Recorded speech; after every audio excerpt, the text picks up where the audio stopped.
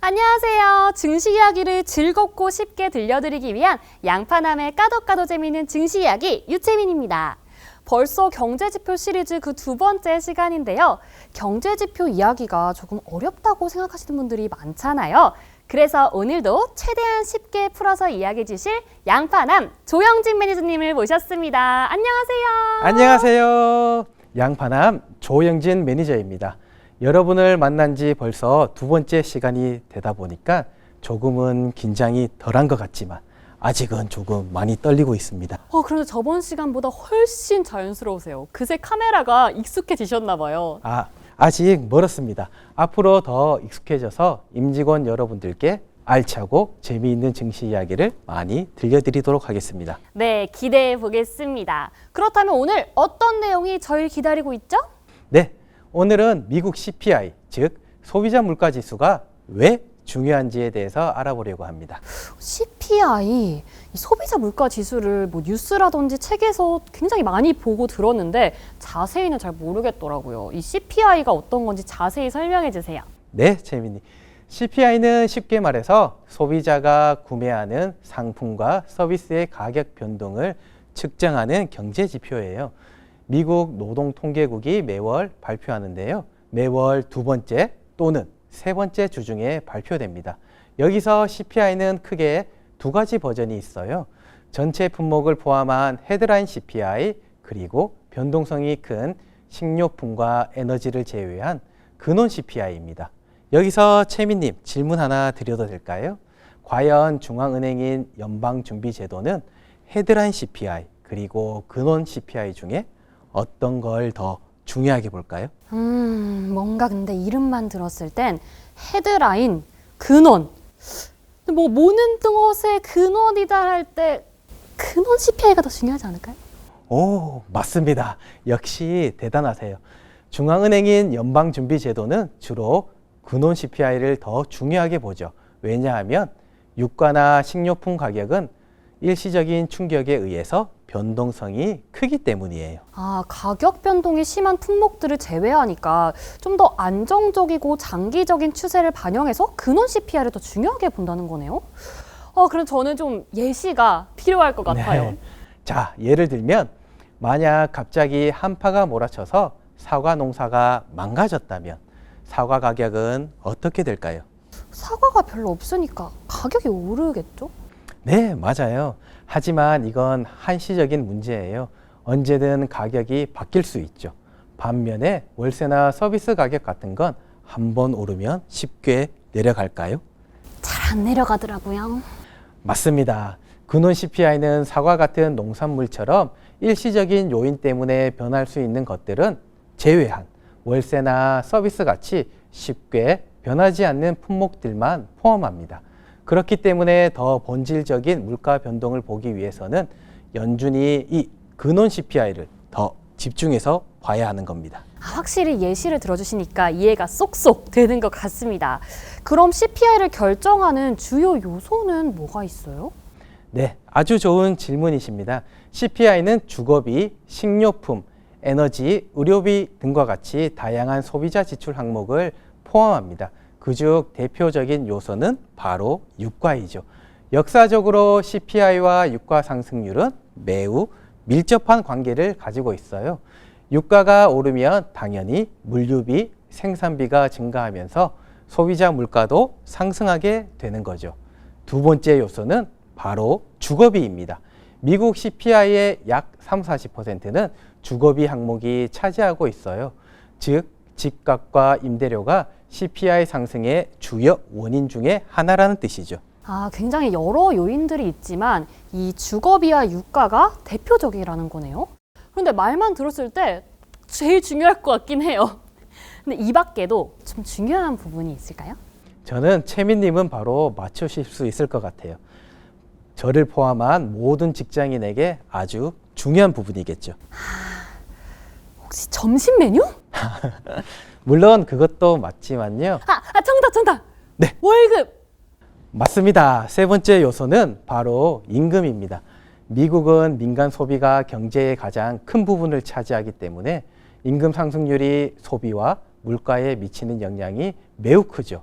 최근 미국의 시간당 임금 상승률은 4% 내외에서 움직이고 있고 물가 상승률보다 높아 실질 소득 증가로 이어지고 있습니다. 그럼 이 CPI에 주목하는 이유는 뭔가요? 네, CPI는 단순한 물가 지표가 아니라 경제 전반에 광범위한 영향을 미치는 지표입니다. 몇 가지 핵심 이유를 말씀드려 볼게요. 첫 번째, 가계의 실질 소득과 소비에 큰 영향을 줍니다. 물가가 오르면 같은 돈으로 살 수 있는 물건이 줄어들어 가계의 부담이 커지게 되죠. 반대로 물가가 안정되거나 하락하면 실질 소득이 증가하면서 소비가 늘어나게 됩니다. 쉽게 말해서 월급이 오르지 않았는데 물가가 뛰어오른다면 아끼고 덜 쓰게 되는 거죠. 맞아요. 다 오르는데 내 월급만 안 오른다라는 말과 함께 물가가 오르면서 짠테크, 절약과 같은 게 트렌드가 됐더라고요.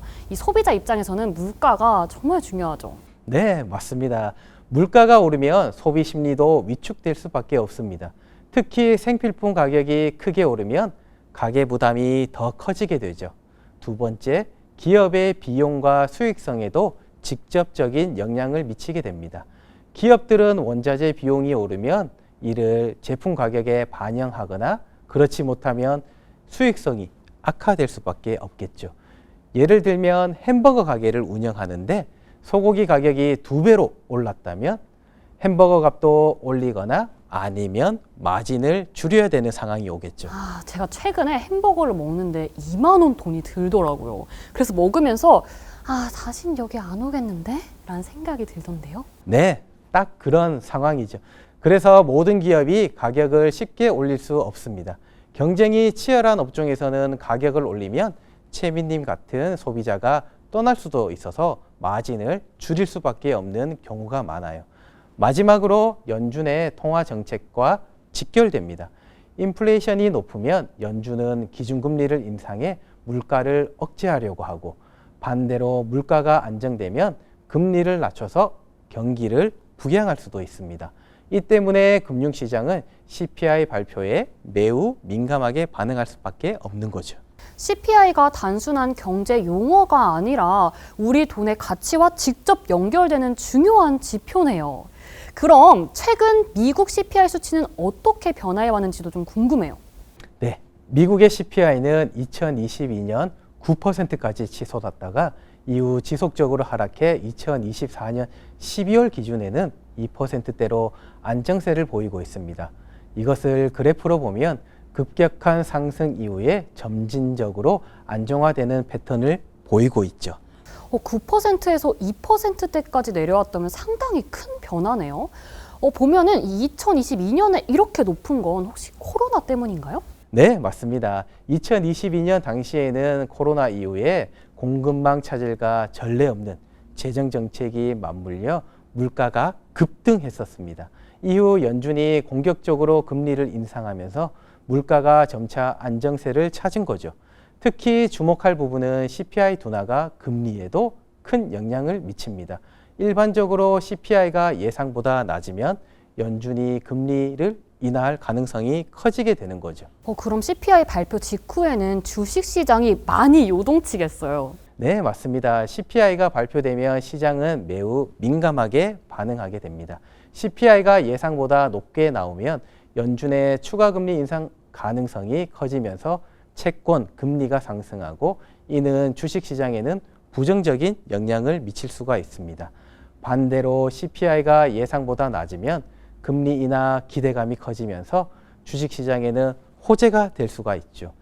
주식시장을 롤러코스터라고 표현하는 이유가 바로 이런 겁니다. CPI 하나 발표되면 하루아침에 주가가 몇 %씩 움직일 수도 있거든요. 오늘 이렇게 이야기해보니까 미국 CPI가 단순한 경제 지표가 아니라 경제 전반을 좌우하는 중요한 변수라는 걸 알게 됐습니다. 네, CPI는 금리, 소비, 기업 실적, 금융시장까지 모든 분야에 영향을 미치는 핵심 경제 지표입니다. 특히 연준의 정책을 예측하는데 매우 중요한 역할을 하기 때문에 투자자들은 반드시 챙겨야 되는 지표죠. 저도 앞으로 이 CPI에 관심을 가지고 주목해 보겠습니다. 오늘 정말 재미있고 유익한 시간이었습니다. 네, 저도 덕분에 즐거웠습니다. 앞으로도 경제 흐름을 이해하는데 도움이 되는 이야기 많이 들려드리도록 하겠습니다. 다음 시간에는 경제지표 시리즈 세 번째 시간으로 미국 소매 판매 경제지표에 대해 알아보도록 할게요. 네, 기대하겠습니다. 다음 시간도 무척 기다려지네요. 그럼 마지막으로 함께 구호 외치면서 마무리해볼까요? 네, 양파남의 까도 재미있는 증시 이야기.